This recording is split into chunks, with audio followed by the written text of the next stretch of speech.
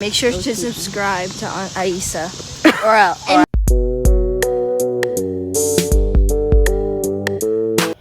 Peace, YouTube. Welcome back to my channel. So today we're going to be talking about a lot of things that have to do with a lot of music, which I'm excited about. So we're going to be talking about Fall Out Boy. We're going to be talking about the new single from Paramore and how excited I am for the new album coming out in a couple of weeks.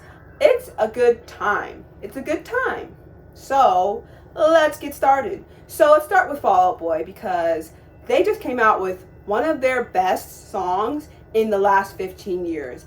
It is so good. So good. Okay? So, if you don't know, you're gonna learn. Also, shout out to this kombucha. It's delicious. It is Pink Lady Apple, and it's delicious. So, Fall Out Boy had me getting on my nerves. So, I put a video out, I put a blog post out about their 2018 album release of Mania. And it was very bad, and I was not here for it, and I have not listened to that album since. Like, every other Fall Out Boy album that they've ever put out, I've at least listened to a couple of songs from each album, minus their first three, which I listened to way more than three, or a couple. But for the release of Mania, I came back to none of them. It's 2023, and I've listened to a total of 0 of the songs from Mania. And there were a lot of people who were my age, older, whatever, who grew up on Fall Out Boy when they first came out, and they were not impressed. And it made sense because it was not a good album. It was just not a good album, and it felt like Fall Out Boy were not living up to their potential. It felt like they were not having fun. It just felt just off. You know what I mean? It just felt like they were not putting in the work that they deserved to put in. And it just felt like the album felt rushed. It felt very, like, not coherent. It just felt all over the place. And I just, no. Like, I could not, no. So, I was really annoyed, right? I was annoyed because they were trying so hard to justify the fact that the album was good, and they were trying so hard to do all these things. And I was like, nah, okay, nope. What I want from Fall Out Boy is for them to put out an album, or a single, or any kind of music at all, where it feels like Fall Out Boy. And when I said that, I was not talking about them having to make a replica of From Under the Cork Tree, Infinity on High, Folia Do, any of that music, right? I was not expecting any of that because I was like, no, they're allowed to experiment. They are allowed to make whatever kind of music they want. But the music has to feel like Fall Out Boy, and it also has to be music that I think they can be proud of, right? And so I was like, this is not cutting it, this is not it. And then a few months ago, it came out because Joe Troman, their guitarist, came out with a book, and he was like, you know, I was not feeling Mania's era. Like, Mania era was trash. I was like, thank you. My words, not his. But he was basically like, I don't like that era because it didn't really feel like Fall Out Boy, and I just really want us to return to guitars. Like, I want a band to sound like a band. And I was like, I agree 100%, Joe. I've wanted this for a long time. Like, since they came back from their hiatus back in 2013, I guess I bought into the hype of Save Rock and Roll. I went to see them during that tour for the first time, so that was a big accomplishment for me because I was a fan of them since I was 14 when Cork Tree came out, and I was like really into them, and like their first 3 albums are classics. And I was just like, you know, I have to go see this band because I'm not sure if they're going to do a tour again. Like, they just might put this album out and say deuces and never come back. And I was like, I have to go see this band, right? So I think I put a lot of hype into Save Rock and Roll, more than it deserved. Not saying that's a bad album, because there's a lot of good songs on that album. Let's not get it twisted. It just isn't the best, but it's not bad. It is not bad. Same with American Beauty, American Psycho. There are a lot of good songs on that album. Is it their best? No. But it has songs that I can get down to, even today. Mania does not have that. And so for me, it's like, when they came back in 2013, we put a lot of hype into Save Rock and Roll, and we let that continue to go. And then when Mania came out, I feel like a lot of us were like, wait, they've kind of been sliding, and they've kind of been just putting out whatever they want and trying to be different, but also chase trends and cater to the young people, which I get. Young people are the ones who are going to listen to your music. And not to say that millennials are old, even though a lot of us are in our 30s and 40s at this point. You know, we're not old, but we're not like youthful and young like that anymore. So it's like, I get that you're trying to cater to like Gen Z, and I guess you guys are called Gen Alpha. I really don't know at this point, but whatever you're called, I know you're trying to cater to them. And I get it, and for a lot of it, it works, because they did not grow up on OG Fall Out Boy, so they don't really understand like why we hold that so like high in regards to good music. And so you guys were willing to just put out anything, and I respect that and I get it, but it just was not hitting. And so when Joe was like, you know, I did not like Mania era, and I would like us to go back to guitar driven music, I was like, yes, that is all I asked for. Okay, because like I said, American Beauty, American Psycho, which was their album before Mania, actually wasn't that bad. It wasn't that bad at all. And then somehow they put out Mania. The first lead single of that album was this like EDM dubstep mess that was like way too late. Dubstep was like not even really a thing anymore, specifically in the way that they were making it. You know, it was very giving 2011, 2012, not hitting at all. Like, I was like, what in the world? And so over the last few months, they have been dropping hints on social media and having like websites out and sending like fans, which I have a beef with both of these two artists or bands that I'm talking about in this video. I'm a fan. I've been following this band as well as Paramore for like 15, 16, 17 years. But I never ever, like when you guys are sending things out to fans to like review your music, or like to get first copies of a song, or like to get, you know, these mystery clues to like unveil whatever the song is or whatever, you don't ever send anything to me. I feel so disrespected. Just kidding. I'm not that high of a fan, I guess. Like, people don't on the radar. I digress. The past couple of months, Fall Out Boy has been making hints and, you know, doing all this stuff to get us ready for this single. And I was excited. I was nervous because I was like, you know, unfortunately, Daddy Pete, and yes, that's what I call him. He's a father now, so his name is Daddy Pete. Daddy Pete, I call Joe Daddy Joe because, you know, they're daddies now. Daddy Joe and Daddy Pete. So Daddy Pete, always trying to chase the trends and always trying to chase the kids. So it's like, you know, don't do anything for Fall Out Boy, just chase the trends. I don't like that. I don't like that.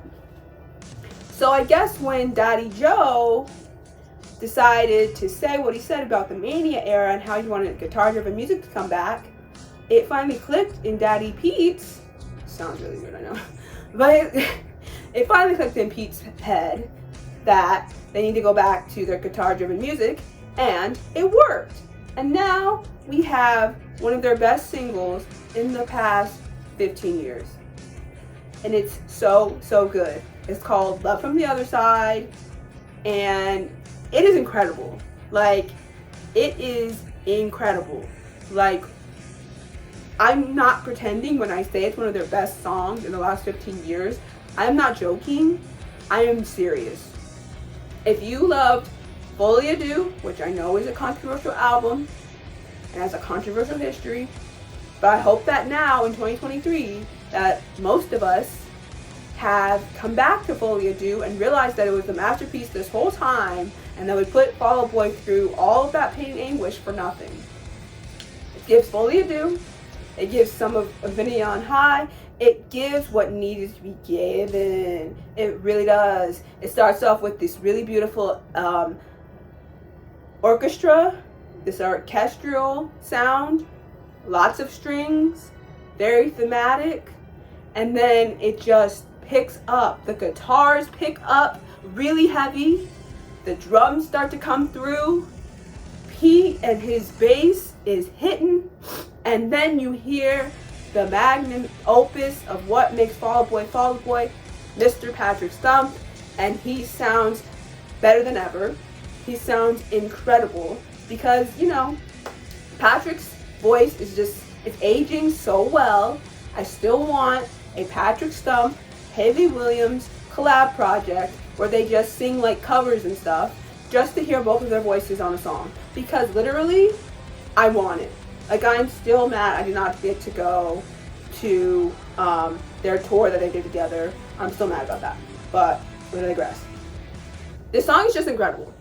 This song is just extra incredible, and I'm so excited. And they come out with new music and an album in March, and I'm just so happy that they're back. And I'm happy that it's finally they're back in a good way that sounds good and that actually feels like Fall Out Boy.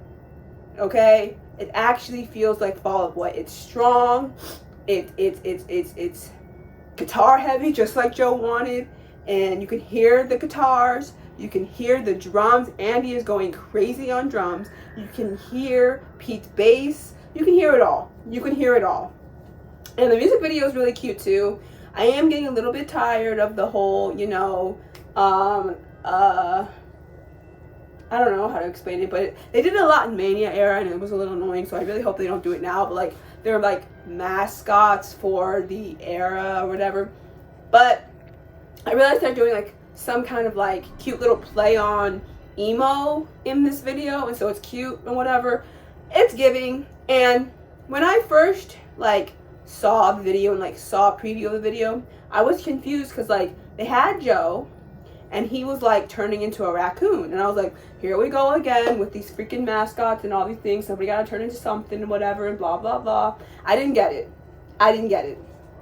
And then I went on social media and I saw Joe's post, and I was like, that explains so much why Joe was playing the guitar in a, it's not him obviously, it's just somebody else playing to it, but there's a reason why they have whoever's in that raccoon suit or whatever it's supposed to be as Joe.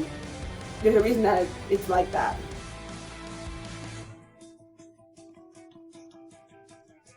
And I didn't get that at first. I was confused. I was like, why are they doing that to Joe of all the people in that band? And then it came out and I read his post and I was like, this makes so much sense.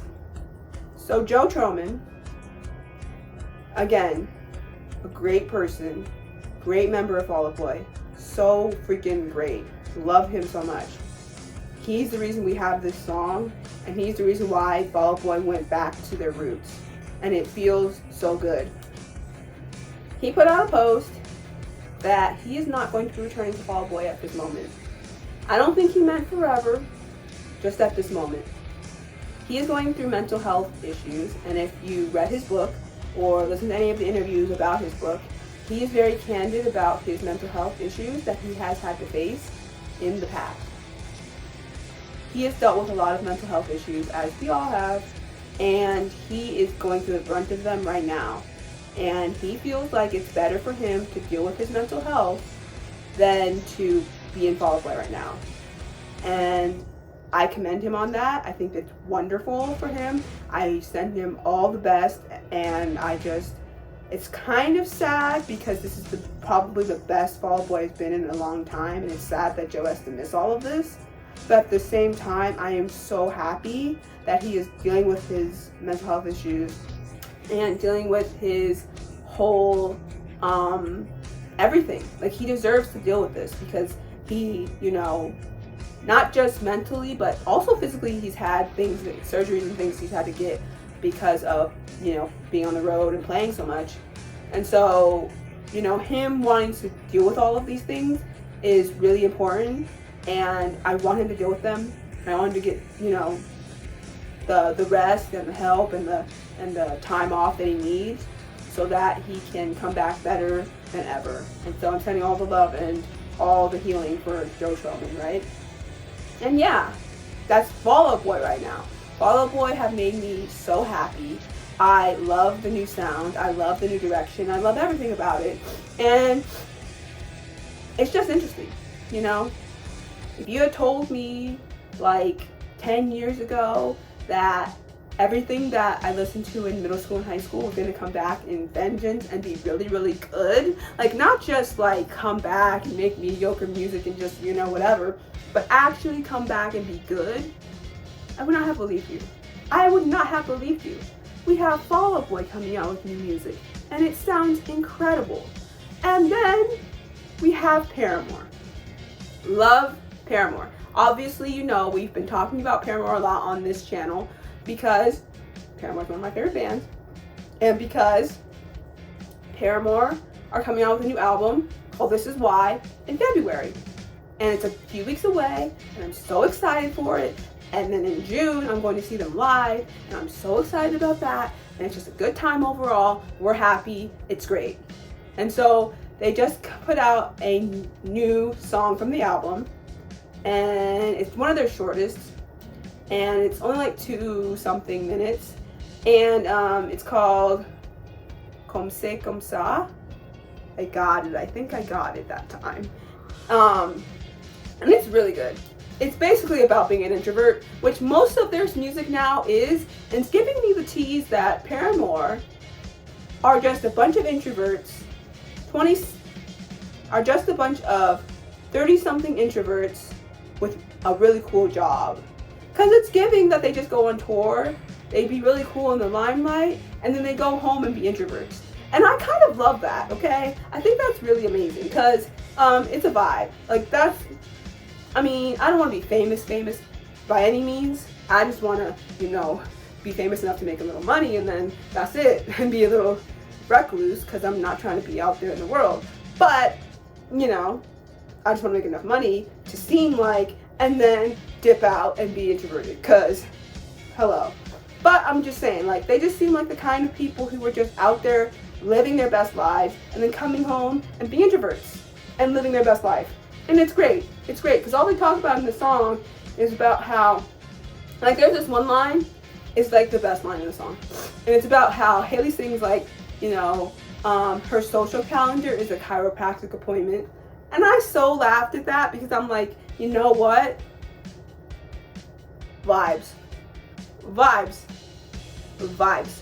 Because literally, who actually goes out anymore? I mean, honestly, you know? And not even just for me, it's not even just like the pandemic made me more introvert. Nah, this was just me.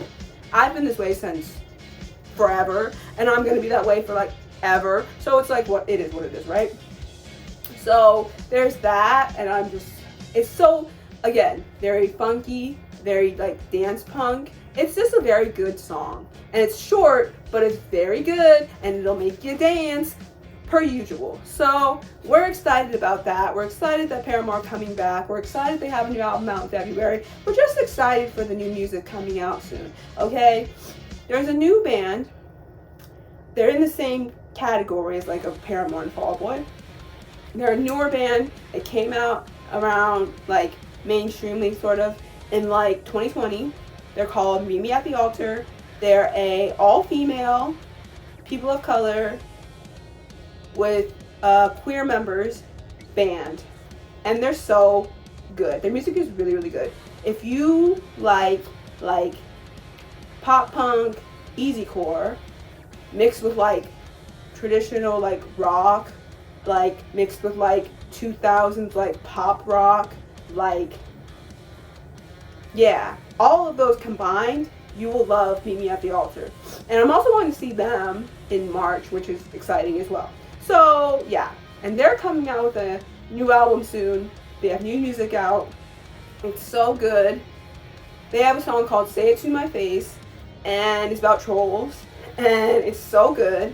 And you should go listen to some of their EPs and things they've had out in 2020 and 2021. And they are also signed to Fueled by Ramen, which is another thing.